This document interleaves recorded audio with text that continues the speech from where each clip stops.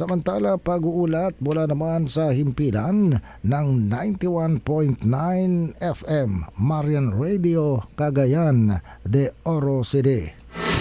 CNN Live. Lorenzo Luzon, magandang araw sa iyo. Magandang umaga, Ariel. Magandang araw, Pilipinas. Matagumpay ang sinagawang Camp Defense Drill ng 4th Infantry Diamond Division Philippine Army kamakailan lamang. Layunin nito na mas mapaigting pa ng bawat kawal ang kanilang kahandaan laban sa anumang pagbabanta. Sa pangunguna ng 4th Installation Management Battalion na isagawa ang Perimeter Defense Protocols, Rapid Response Procedures at iba pa. Sa isang siren alarm lamang bilang hudyat, matagumpay na naisagawa ng bawat team ang mga hakbang kaugnay sa Camp Defense Plan.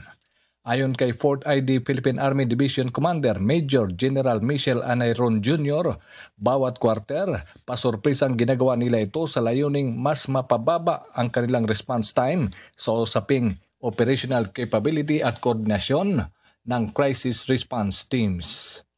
Mula rito sa 91.9 FM Marian Radio, CMN Cagayan de Oro, Lorenzo Luzon, nag-uulat live para sa CMN Pilipinas.